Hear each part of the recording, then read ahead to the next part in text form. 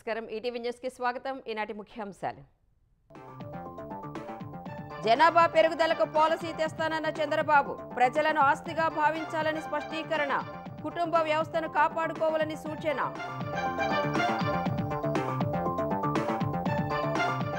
హైదరాబాద్ స్థాయిలో విశాఖ విజయవాడ తిరుపతి అభివృద్ధి ఆదాయం పెరిగేలా చూస్తామన్న సీఎం పన్ను ఎగవేతలు లేకుండా చూడాలని ఆదేశం రంగరాయ కాలేజ్ వేధింపుల కేసులో 4 సస్పెండ్ అరెస్టు చేసినట్లు ప్రకటించిన పోలీసులు సమగ్ర విచారణ జరుగుతోందన్న కలెక్టర్ ఎస్పీ తెలంగాణలో బీసీ రిజర్వేషన్ల పెంపు నిర్ణయంపై సంబరాలు ఎవరూ అడ్డుకోవద్దని కాంగ్రెస్ నేతలు పిలుపు సీఎంకు కుల సంఘాలు ధన్యవాదాలు తెలంగాణ ప్రభుత్వంలో పవర్ షేరింగ్ లేదన్న భట్టి అంతా కలిసికట్టుగా పనిచేస్తున్నట్లు స్పష్టీకరణ పాలనపై అధిష్టానం సంతృప్తితో ఉన్నట్లు వెల్లడి తెలంగాణలో ఇంజనీరింగ్ కాలేజీలకు చుక్కెదురు ఫీజులు పెంచాలన్న పిటిషన్లు కొట్టేసిన హైకోర్టు ప్రభుత్వమే నిర్ణయం తీసుకుంటుందని వెల్లడి దేశంలో తగ్గనున్న 200 రకాల ఔషధాల ధరలు క్యాన్సర్ మందులపై దిగుమతి సుంకం ఎత్తివేతకు కేంద్రం నిర్ణయం నిపుణుల సిఫార్సుకు ఆమోదం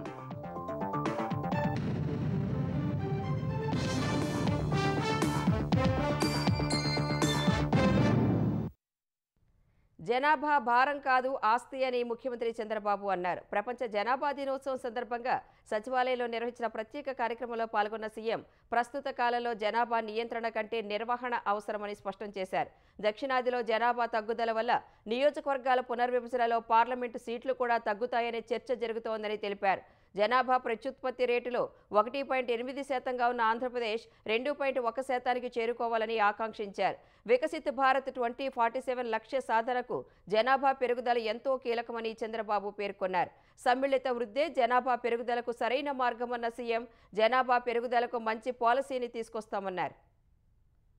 నేను ఇప్పుడు ఏ పని ఆలోచించినా పాపులేషనే ఒక ఆస్తిగా ఆలోచిస్తున్నా, క్యాపిటల్గా ఆలోచిస్తున్నా. కొంతమంది ఆలోచిస్తున్నారు భూమి ఉంటే అది పెద్ద ఆస్తి అని, డబ్బులుంటే అది పెద్ద ఆస్తి అని. అట్లా కాకుండా ఏ ఇంట్లో అయితే కుటుంబ సభ్యులు ఎక్కువ ఉంటారో వాళ్ళని ఒక ఆస్తిగా తీసుకొని, ఒక క్యాపిటల్గా తీసుకొని మనం దానిపైన పెట్టుబడి పెట్టగలిగితే భవిష్యత్తు మందే అని చెప్పి నేను మీకు తెలియజేస్తున్నా. మనందరిలో ఒక చైతన్యం రావాలి, దీనిపైన చర్చ జరగాలి. స్వర్ణ ఆంధ్రప్రదేశ్ 2047 ఉంది. అది జయప్రదం కావాలంటే జనాభా నిర్వహణ కూడా చాలా ముఖ్యం. దానికి మీరందరూ సహకరించవలసిందిగా నేను కోరుకుంటూ, మళ్ళీ ఉమ్మడి కుటుంబ విధానానికి, పెద్ద కుటుంబాలకి మనం దోహదం చేయాల్సిన అవసరం ఉంది. ప్రభుత్వ పరంగా పాలసీలు అవి కూడా తీసుకొస్తామని చెప్పి కూడా నేను మీకు తెలియజేస్తున్నా. జీఎస్టీ వసూళ్లలో ఏపీ దేశానికి రోల్ మోడల్గా ఉండాలని ముఖ్యమంత్రి చంద్రబాబు అధికారులను సూచించారు. సీఎం క్యాంపు కార్యాలయంలో చంద్రబాబు అధ్యక్షతన కేంద్ర రాష్ట్ర జీఎస్టీ అధికారుల సమన్వయ సమావేశం జరిగింది. డేటా ఎనాలిటిక్స్ వంటి సాంకేతికతను వినియోగించి పన్ను ఎగవేతలను అడ్డుకోవాలని ఈ సందర్భంగా సీఎం సూచించారు. జీఎస్టీ వసూళ్లకు సంబంధించి పొరుగు రాష్ట్రాలతో పోటీ పడేలా కార్యాచరణ ఉండాలని దిశానిర్దేశం చేశారు. ఎగవేతలను గుర్తించేందుకు విద్యుత్ వినియోగం లాంటి అంశాలను కూడా పరిగణలోకి తీసుకోవాలని సీఎం సూచించారు. పెట్టుబడులను ఆకర్షించడంలో ఏపీ దేశంలో 4వ స్థానంలో ఉందన్న ఆయన అన్ని రంగాల్లోనూ ఏపీ ఉత్తమంగా ఉండాలని ఆకాంక్షించారు. గతంలో హైదరాబాద్ను అభివృద్ధి చేసినందువల్లే తెలంగాణకు 75% మేర ఆదాయం వస్తోందని అన్నారు. ఏపీలో విశాఖ, విజయవాడ, తిరుపతి లాంటి నగరాలను కూడా అదే స్థాయికి చేరుస్తామన్నారు. వనరులు సమృద్ధిగా ఉంటే ప్రతి చిన్న అంశానికి కేంద్రం వద్దకు వెళ్లాల్సిన అవసరం ఉండదన్నారు. సిఐఐ లాంటి సంస్థలతో కలిసి పన్ను ఎగవేతపై అవగాహన కల్పించాలన్న చంద్రబాబు అప్పటికీ అదుపులోకి రాకపోతే కఠినంగా వ్యవహరించాలని అధికారులను ఆదేశించారు. కాకినాడ రంగరాయ వైద్య కళాశాల ఘటనలో లైంగిక వేధింపుల ఆరోపణలపై ప్రభుత్వం కఠిన చర్యలకు ఉపక్రమించింది. 50 మందికి పైగా బాధితులు ఫిర్యాదు చేయగా సీఎం చంద్రబాబు ఆదేశాలతో విచారణ చేపట్టిన కళాశాల అంతర్గత కమిటీ వికృత చేష్టలకు పాల్పడిన 4 సిబ్బందిపై సస్పెన్షన్ వేటు వేసింది. ఆ 4 క్రిమినల్ కేసులు పెట్టినట్లు కాకినాడ జిల్లా కలెక్టర్ షణ్మోహన్ తెలిపారు. బయోకెమిస్ట్రీ ల్యాబ్ అటెండెంట్ కళ్యాణ్ చక్రవర్తిపై ఎక్కువ ఫిర్యాదులు వచ్చాయన్నారు. వాట్సాప్లో అసభ్య మెసేజ్లు, వ్యాఖ్యలు చేస్తున్నట్లు గుర్తించినట్లు వివరించారు. కళాశాల జిల్లాలలో ఇలాంటివి గతంలో జరిగాయా అనే కోణంలోనూ విచారణ చేస్తున్నట్లు వెల్లడించారు. రంగరాయ ఘటనపై 3 ఫిర్యాదులు అందాయన్న జిల్లా ఎస్పీ బిందు మాధవ్ 4గురిని అరెస్టు చేసినట్లు ప్రకటించారు. ఈ ఇన్సిడెంట్ గురించి 3 రిపోర్ట్స్ రావడం జరిగింది. 1 టౌన్ లిమిట్స్లో 2, అట్లనే 2 టౌన్ లిమిట్స్లో 1. వీళ్ళ ముద్దాయిలు 4 మీద కలిపి వెంటనే ఎఫ్ఐఆర్ రిజిస్టర్ చేసి under sexual harassment, వాయరిజం and also section 7 of prevention of sexual harassment at work place కింద కేసెస్ రిజిస్టర్ చేసి ముద్దాయిల కోసం we tried to get them. We could arrest all 4 of them. 4 ముద్దాయిలు ఎవరైతే సైట్ అయ్యారో 4ని అరెస్ట్ చేయడం జరిగింది. What ever legal action has to be initiated against them with proper proof. We will make sure that they are punished under relevant sections of law. Stern action will be taken against all 4 accused and will make sure that such incidents are not repeated. మద్యం ముడుపుల కేసులో నిందితుల ఆస్తుల జప్తునకు Vijayawada court అనుమతి ఇచ్చింది. నిందితులకు సంబంధించి 32 కోట్ల విలువైన ఆస్తుల జప్తునకు న్యాయస్థానం అనుమతి ఇచ్చింది. ప్రతివాదులకు ఆగస్టు 1 లోపు నోటీసులు ఇవ్వాలని దర్యాప్తు అధికారిని ఆదేశించింది. మద్యం కేసు నిందితుల ఆస్తుల జప్తునకు ఆంధ్రప్రదేశ్ ప్రభుత్వం గతంలోనే జీవో ఇచ్చింది. స్థానిక సంస్థల ఎన్నికల్లో బీసీలకు 42% రిజర్వేషన్లు అమలు చేయాలని తెలంగాణ ప్రభుత్వం తీసుకున్న నిర్ణయంపై కాంగ్రెస్ శ్రేణులు రాష్ట్ర వ్యాప్తంగా సంబరాలు జరిపాయి. పంచాయతీరాజ్ చట్టంలో సవరణకు ఆర్డినెన్స్ తీసుకురావాలనే నిర్ణయం చరిత్రాత్మకమని వెల్లడించాయి. హైదరాబాద్లో కాంగ్రెస్ నేతలు టపాసులు కాలుస్తూ మిఠాయిలు పంచుకున్నారు. యాదగిరిగుట్టలో సీఎం రేవంత్ రెడ్డి, మంత్రి పొన్నం ప్రభాకర్, పీసీసీ చీఫ్ మహేష్ కుమార్ గౌడ్ కటౌట్లకు పాలతో అభిషేకం చేశారు. Rajendra Nagar MLA Prakash Goud cake cut చేశారు. కాంగ్రెస్ సీనియర్ నేత జీవన్ రెడ్డి ఆధ్వర్యంలో జగిత్యాలలో ర్యాలీ నిర్వహించి స్వీట్లు పంచుకున్నారు. పెద్దపల్లి జిల్లా గోదావరికని చౌరస్తాలో కాంగ్రెస్ నేతలు టపాసులు పేల్చారు. ఇల్లెందులో ఎమ్మెల్యే కోరం కనకయ్య సీఎం రేవంత్ చిత్రపటానికి క్షీరాభిషేకం చేశారు. కామారెడ్డి డిక్లరేషన్కు అనుగుణంగా ఇచ్చిన మాటను సీఎం రేవంత్ రెడ్డి నిలబెట్టుకున్నారని ప్రభుత్వ విప్ ఆది శ్రీనివాస్ కొనియాడారు. తమ ఒత్తిడి వల్లే బీసీ రిజర్వేషన్ల ఆర్డినెన్స్ తెచ్చినట్లు విపక్షాలు తప్పుడు ప్రచారం చేసుకుంటున్నాయని ఆది శ్రీనివాస్, బీర్ల ఐలయ్య విమర్శించారు. ప్రభుత్వం తెచ్చే ఆర్డినెన్స్కు అడ్డు తగిలేలా ఎవరూ వ్యవహరించవద్దని కాంగ్రెస్ సీనియర్ నేత కేశవరావు విజ్ఞప్తి చేశారు. చరిత్రాత్మక నిర్ణయాన్ని పార్టీలకు అతీతంగా స్వాగతించాలని మంత్రులు వాకిటి శ్రీహరి, పొన్నం ప్రభాకర్ కోరారు. ఇలా సమాజంలో ఉన్నటువంటి అట్టడుగు వర్గాలకు సంబంధించిన బలహీన వర్గాల అభివృద్ధికి స్థానిక సంస్థల ప్రజాప్రతినిధుల ద్వారా రేపు చట్టసభల్లో ప్రవేశించేటువంటి వేదిక ఆ స్థానిక సంస్థల్లో నోటి కాడి కూడును చెడగొట్టద్దేమని మీ పార్టీల మీరే ఒక రెబల్ థ్రెటన్ గా మారాలి తప్ప ప్రభుత్వ నిర్ణయానికి ఎక్కడ కూడా విమర్శించేటువంటి పరిస్థితి రావద్దని కోరుతా ఉన్నా. స్థానిక సంస్థల ఎన్నికల్లో బీసీలకు 42% రిజర్వేషన్లు కల్పించేలా తెలంగాణ మంత్రిమండలి తీర్మానం చేయడం పట్ల బీసీ సంఘాల నాయకులు హర్షం వ్యక్తం చేశారు. ఈ మేరకు బీసీ సంక్షేమ సంఘాల జాతీయ అధ్యక్షుడు ఆర్ కృష్ణయ్య నేతృత్వంలో బీసీ సంఘాల నేతలు జూబ్లీహిల్స్ నివాసంలో ముఖ్యమంత్రి రేవంత్ రెడ్డిని కలిసి కృతజ్ఞతలు తెలిపారు. ఆర్డినెన్స్ జారీ చేసి బీసీలకు స్థానిక సంస్థల్లో 42% రిజర్వేషన్లు కల్పించాలనే నిర్ణయంపై ధన్యవాదాలు తెలియజేశారు. స్థానిక సంస్థల్లో బీసీల రిజర్వేషన్లకు సంబంధించి తెలంగాణ ప్రభుత్వం చిత్తశుద్ధితో వ్యవహరించాలని బీఆర్ఎస్ నేతలు సూచించారు. రిజర్వేషన్లపై పలు రాష్ట్రాలు ఆర్డినెన్స్ తీసుకొచ్చినప్పటికీ వాటిని గతంలో సుప్రీంకోర్టు అడ్డుకుందని గుర్తు చేశారు. బీసీ రిజర్వేషన్లపై తెలంగాణ భవన్లో చర్చించిన బీఆర్ఎస్ బీసీ నేతలు కామారెడ్డిలో ఇచ్చిన డిక్లరేషన్ ప్రకారం కాంగ్రెస్ ప్రభుత్వం నడుచుకోవాలని స్పష్టం చేశారు. కులగణన జరిగిన ధర్మిల దాన్ని తీర్మానం చేసి మరి గవర్నర్ గారి ద్వారా కేంద్రానికి పంపించినటువంటి సందర్భం ఉన్నప్పటికీ మళ్ళీ దాన్ని బైపాస్ చేస్తూ కొత్తగా ఆర్డినెన్స్, గతంలో ఇచ్చినటువంటి ఆర్డినెన్సు తమిళనాడులో 4 సార్లు ఇచ్చినప్పటికీ మహారాష్ట్రలో కానివ్వండి, మా ప్రభుత్వం కూడా లోకల్ బాడీ ఎన్నికలప్పుడు మేము కూడా ఇచ్చిన దాన్ని మరి సుప్రీంకోర్టు కొట్టేసినటువంటి సందర్భాన్ని కూడా పురస్కరించుకొని మాకు కొన్ని అనుమానాలు ఉన్నాయి. అల్టిమేట్గా మా డిమాండల్లా మా జాతికి మాత్రం 42% రిజర్వేషన్ అయిన తర్వాతనే ఇది మీరు ఇచ్చినటువంటి హామీ, మీ హామీని మీరు నిలబెట్టుకోవాలి. తెలంగాణలో బీసీలకు 42% రిజర్వేషన్ల కోసం మంత్రివర్గం ఆర్డినెన్స్ తీసుకురావడాన్ని ఎమ్మెల్సీ కవిత స్వాగతించారు. ఇది బీసీలు, జాగృతి, యూపీఎఫ్ నేతల విజయమన్నారు. కేబినెట్ నిర్ణయం దృష్ట్యా బంజారాహిల్స్లోని తన నివాసం నుంచి అంబేద్కర్ విగ్రహం వరకు కవిత ర్యాలీ చేపట్టారు. జాగృతి, యూపీఎఫ్ నేతలతో కలిసి ట్యాంక్ బండ్ వద్దకు చేరిన కవిత అంబేద్కర్ విగ్రహానికి నివాళులర్పించారు. బీసీలకు ఇచ్చిన వాగ్దానాన్ని కాంగ్రెస్ ప్రభుత్వం నిలబెట్టుకోవాలని కవిత డిమాండ్ చేశారు. ఒక మెట్టు పైకెక్కినట్టుగా నేను భావిస్తూ ఉన్నాను. మళ్ళీ డిమాండ్ చేస్తున్నాం రాష్ట్ర ప్రభుత్వంతో, మీరు కేవియేట్ వేయండి, కోర్టులో ఎటువంటి ఇబ్బంది రాకుండా చూడండి, ఆర్డినెన్స్ ఇవ్వండి, దాని తర్వాత 42% ఇస్తూ ఎలక్షన్కి వెళ్ళండి. ఇది మీరు ఇచ్చినటువంటి వాగ్దానం. ఒకవేళ ముందే ఈ పని చేసి ఉంటే బాగుంటుండే, కానీ మేమందరం పోరాటాలు చేసి ఉద్యమాలు చేసి బీసీ బిడ్డలందరూ రోడ్ల మీదకి వచ్చి రైలు రోకో చేస్తా అన్న తర్వాత మీరు ఇది చేయడం అన్నది డెఫినెట్గా ఇది తెలంగాణ బీసీ బిడ్డల విజయం. బీఆర్ఎస్ 10 ఏళ్లు అధికారంలో ఉన్నప్పుడు బీసీ రిజర్వేషన్ల కోసం కవిత ఎందుకు పోరాటం చేయలేదని టీపీసీసీ అధ్యక్షుడు మహేష్ కుమార్ గౌడ్ నిలదీశారు.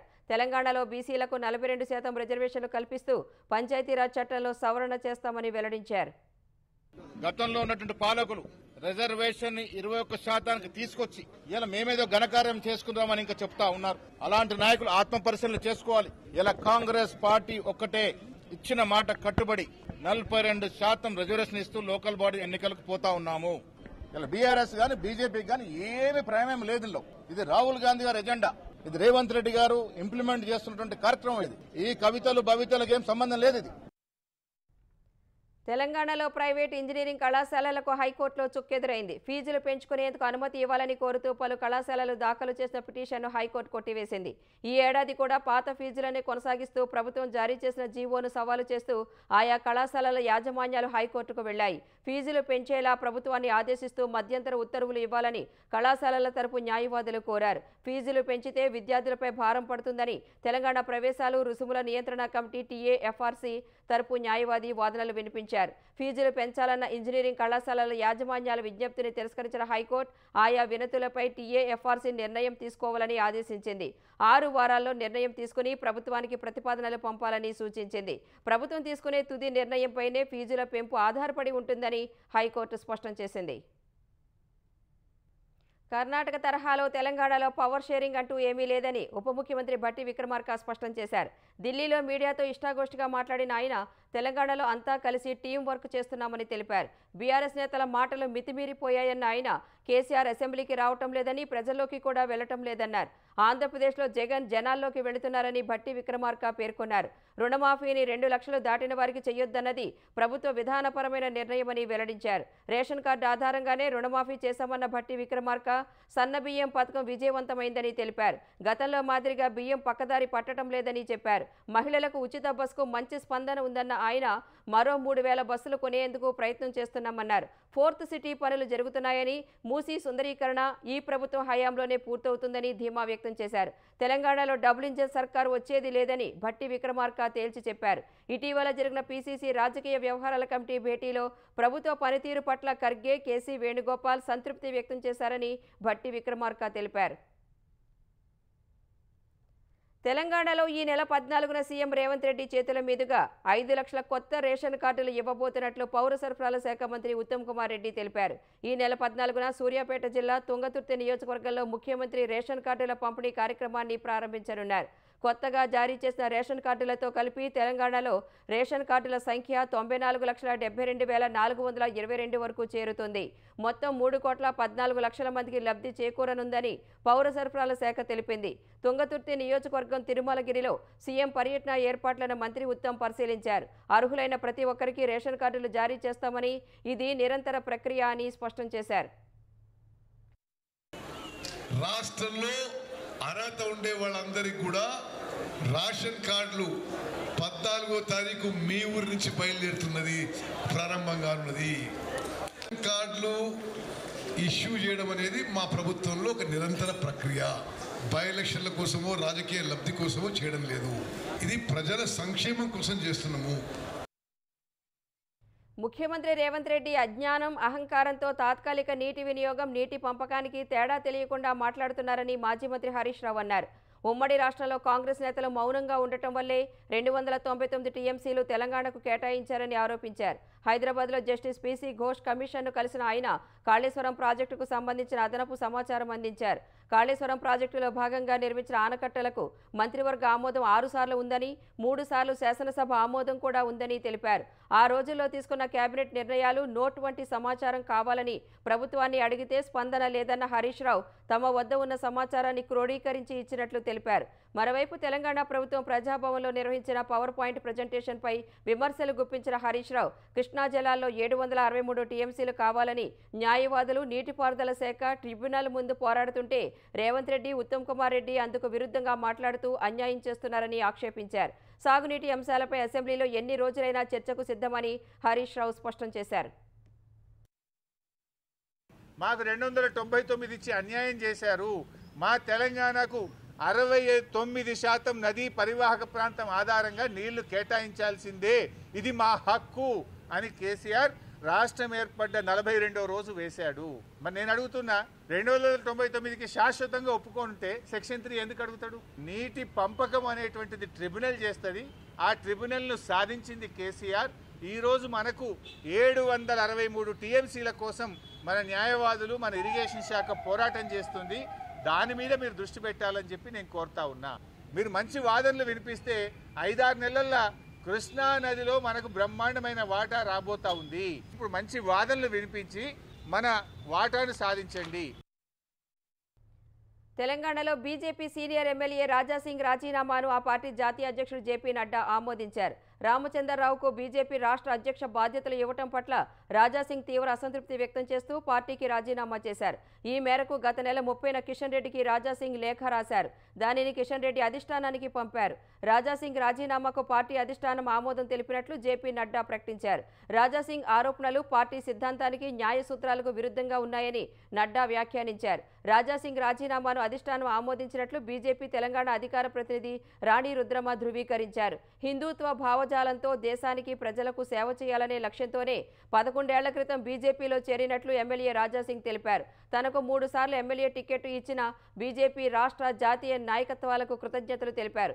చివరి శ్వాస వరకు హిందుత్వం కోసం పనిచేస్తానని రాజాసింగ్ స్పష్టం చేశారు. భారతీయ సంస్కృతి వారసత్వానికి ప్రతీకలైన దేశ భాషల అభివృద్ధికి కేంద్ర ప్రభుత్వం అనేక చర్యలు చేపట్టినట్లు కేంద్ర మంత్రి కిషన్ రెడ్డి చెప్పారు. హైదరాబాద్ గచ్చిబౌలిలోని బాలయోగి స్టేడియంలో రాజ్య భాషా విభాగం గోల్డెన్ జూబ్లీ వేడుకల్లో భాగంగా దక్షిణ సంవాదం పేరిట నిర్వహించిన కార్యక్రమానికి రాజ్యసభ డిప్యూటీ చైర్మన్ హరివంశ్ నారాయణ్ సింగ్, కేంద్ర మంత్రి కిషన్ రెడ్డి, ఆంధ్రప్రదేశ్ ఉప ముఖ్యమంత్రి పవన్ కళ్యాణ్ ముఖ్య అతిథులుగా హాజరయ్యారు.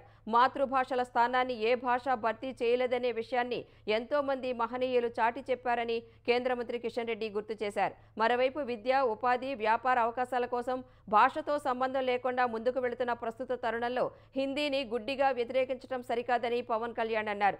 అలా చేయడం రాబోయే తరాల అభివృద్ధిని పరిమితం చేయడమే అవుతుందన్నారు. ఇంకో భాషను అంగీకరించడం అంటే ఓడిపోవడం కాదని, కలిసి ప్రయాణించటమని స్పష్టం చేశారు.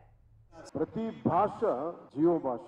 మనం మాట్లాడే తెలుగు, తమిళ్, కన్నడ, మలయాళం, ఒరిస్సా, ఒడియా మన మాతృభాష. ఏ భాషలైనా కాదు, కానీ రాష్ట్ర భాష మటుకు హిందీ. మన మాతృభాష అమ్మ అయితే దాని మన పెద్దమ్మ భాష హిందీ. విద్య, వైద్యం, వ్యాపారం, ఉపాధి వీటన్నిటికీ అన్ని భాషలు, మాండలికాలు గోడల్ని ఛేదించుకొని వెళ్ళిపోతున్న వీటి అవసరం కోసం. ఇలాంటి సమయంలో హిందీ వద్దనుకోవటం, హిందీని వ్యతిరేకించటం రాబోయే తరాల అభివృద్ధిని పరిమితం చేసినట్టు. మన హిందీని నేర్చుకోవడం అంటే మన ఉనికిని కోల్పోవడం కాదు, మనం మరింత బలం చేకూర్చడం. ఇంకొక భాషను అంగీకరించడం అంటే మనం ఓడిపోవడం కాదు, కలిసి ప్రయాణించడం. ఇంగ్లీష్ నేర్చుకుంటేనే కదా మనం ఐటీ రంగంలో అందిపుచ్చుకోగలిగాం. माननीय प्रधानमंत्री श्री नरेंद्र मोदी जी और अमित शाह जी के नेतृत्व में हिंदी और भारतीय भाषाओं के लिए आजाद के बाद पहली बार स्वर्णिम काल चल रही है।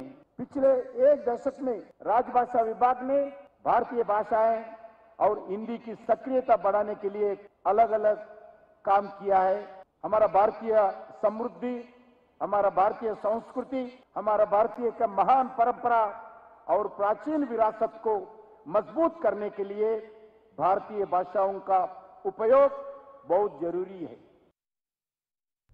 ఇదే సమయంలో ప్రాంతీయ భాషల అభివృద్ధికి ఎంతో మంది కృషి చేశారని రాజ్యసభ డిప్యూటీ చైర్మన్ హరివంశ్ నారాయణ సింగ్ గుర్తు చేశారు. మాతృభాషకు మాజీ ప్రధాని పివి నరసింహారావు, మాజీ ఉపరాష్ట్రపతి వెంకయ్యనాయుడు, ఈనాడు గ్రూప్ సంస్థల వ్యవస్థాపక చైర్మన్ రామోజీరావు చేసిన సేవలను కొనియాడారు. హిందీ భాష గురించి తెలుగు నేల నుంచి ఎంతో మంది కవులు, రచయితలు ప్రచారం చేశారని పేర్కొన్నారు. इस दक्षिण संवाद में मैं हैदराबाद की अपनी प्रिय धरती पर हूं, जहां मुझे जीवन के सबसे 2 बड़े उर्वर वर्ष गुजारने का अवसर मिला है। तो मैं कैसे रामोजी राव को याद न करूं। रामोजी राव ने ईटीवी और फिल्म सिटी के माध्यम से राजभाषा के प्रसार में जो उल्लेखनीय भूमिका निभाई, उसको गौरव की बात है। सभी महापुरुषों के साथ जिनसे मैंने राजनीति और सदन के संचालन का कटहरा सीखा, वो हमारे राज्यसभा के पूर्व चेयरमैन देश के पूर्व उपराष्ट्रपति आदरणीय वेंकैया नायडू जी का आज मैं नाम लेना चाहूंगा, जो इसी शहर में रहते हैं। उन्होंने देश की सभी भाषाओं को आगे बढ़ाते रहने की हमेशा प्रेरणा दी। శ్రీశైలం ప్రాజెక్టుకు వరద ప్రవాహం కొనసాగుతోంది. జూరాల, సుంకేశ్ల ప్రాజెక్టుల నుంచి శ్రీశైలానికి 1,77,873 క్యూసెక్కులు వచ్చి చేరుతోంది. 3 స్పిల్వే గేట్లు ఎత్తి 81,333 క్యూసెక్కుల నీటిని సాగర్కు విడుదల చేస్తున్నారు. శ్రీశైలం ప్రాజెక్టు అవుట్ఫ్లో 168,868 క్యూసెక్కులుగా ఉంది. పోతిరెడ్డిపాడు నుంచి 20,000 క్యూసెక్కులు, ఎడమగట్టు విద్యుత్ కేంద్రం నుంచి 32,315 క్యూసెక్కులు, కుడిగట్టు విద్యుత్ కేంద్రం నుంచి 32,220 క్యూసెక్కులు విడుదల చేస్తున్నారు. శ్రీశైలం ప్రాజెక్టు పూర్తిస్థాయి నీటి మట్టం 885 అడుగులు కాగా ప్రస్తుతం 882.9 అడుగులుగా ఉంది. ప్రాజెక్టు పూర్తి నీటి నిల్వ సామర్థ్యం 215.8 టీఎంసీలు కాగా ప్రస్తుతం 203.89 టీఎంసీలుగా ఉంది. శ్రీశైలం నుంచి వరద రాకతో నాగార్జున సాగర్ జలకళను సంతరించుకుంటోంది. ప్రాజెక్టు ఇన్ఫ్లో 119,267 క్యూసెక్కులు ఉండగా అవుట్ఫ్లో 1,100 క్యూసెక్కులు ఉంది. పూర్తిస్థాయి నీటి మట్టం 590 అడుగులు కాగా ప్రస్తుత నీటి మట్టం 544 అడుగులకు చేరుకుంది. సాగర్ నీటి నిల్వ సామర్థ్యం 312.04 టీఎంసీలు కాగా ప్రస్తుతం 196.76 టీఎంసీలకు చేరింది. ఎగువ ప్రాంతాల నుంచి వస్తున్న వరదతో భద్రాచలం వద్ద గోదావరి నీటి మట్టం క్రమంగా పెరుగుతోంది. నిన్న 23 అడుగులు ఉన్న గోదావరి నీటి మట్టం ఈ సాయంత్రం 5 గంటలకు 36.8 అడుగులకు పెరిగింది. భద్రాచలం వద్ద నీటి మట్టం 43 అడుగులకు చేరితే అధికారులు మొదటి ప్రమాద హెచ్చరిక జారీ చేస్తారు. వరద భద్రాచలంలోకి రాకుండా కరకట్ట వద్ద స్లూయిజ్లను అధికారులు మూసివేశారు. మురుగునీరు పట్టణంలోకి చేరకుండా మోటార్లతో ఎత్తిపోస్తున్నారు. గోదావరి నీటి మట్టం పెరుగుతుండగా లోతట్టు ప్రాంత ప్రజలు అప్రమత్తంగా ఉండాలని అధికారులు కోరారు. ఎగువ నుంచి వస్తున్న ప్రవాహంతో పోలవరం వద్ద వరద ఉధృతి పెరిగింది. వ్యాధుల నివారణలో అధిక ప్రభావం చూపే దాదాపు 200 రకాల ఔషధాల ధరలు త్వరలో తగ్గనున్నాయి. కేంద్ర ప్రభుత్వం వాటిపై కస్టమ్స్ సుంకాలను తగ్గించడంతో పాటు అధిక ప్రభావం చూపే వైద్య దిగుమతులకు రాయితీ ఇవ్వనుంది. క్యాన్సర్, హెచ్ఐవి, ట్రాన్స్ప్లాంట్, హెమటాలజీకి సంబంధించిన ఔషధాల ధరలు తగ్గనున్నాయి. నిపుణుల కమిటీ సిఫార్సు మేరకు కేంద్రం ఈ నిర్ణయం తీసుకున్నట్లు సమాచారం. విదేశాల నుంచి దిగుమతి చేసుకునే క్యాన్సర్ ఔషధాలపై కస్టమ్స్ సుంకం పూర్తిగా ఎత్తివేయనున్నట్లు తెలుస్తోంది. ఊపిరితిత్తులు, బ్రెస్ట్, తీవ్రమైన ఇతర క్యాన్సర్ల చికిత్సకు వాడే ఔషధాల ధర 1 డోస్ లక్షల్లో ఉంటుంది. వాటిని దేశీయ రోగులకు అందుబాటులోకి తేవాలనే ఉద్దేశంతో drug controller general of India గత ఏడాది సంయుక్త డ్రగ్ కంట్రోలర్ ఆర్ చంద్రశేఖర్ సారథ్యంలో ఐసీఎంఆర్, డీజీహెచ్ఎస్కు చెందిన నిపుణులతో కమిటీని ఏర్పాటు చేసింది. ప్రపంచ కుబేరుడు ఎలాన్ మస్క్కు చెందిన ఎలక్ట్రిక్ కార్ల తయారీ సంస్థ టెస్లా ఈ నెల 15న ముంబైలో తొలి షోరూం ప్రారంభించనుంది. ఈ మేరకు ప్రభుత్వ వర్గాలు తెలిపాయి. ముంబైలోని బాంద్రా కుర్లా కాంప్లెక్స్లో టెస్లా షోరూం ప్రారంభం కానున్నట్లు వెల్లడించాయి. ఇందుకోసం ఇప్పటికే 5 వై మోడల్ కార్లు ముంబైకి తరలించినట్లు జాతీయ మీడియాలో కథనాలు వెల్లడించాయి. అనంతరం ఢిల్లీలోనూ మరో టెస్లా షోరూం ప్రారంభం కానున్నట్లు ప్రభుత్వ వర్గాలు తెలిపాయి. తొలుత ముంబై, ఢిల్లీలో కార్ల షోరూంలు ఏర్పాటు చేయాలని నిర్ణయించిన టెస్లా ఇప్పటికే సిబ్బంది నియామకం చేపట్టింది.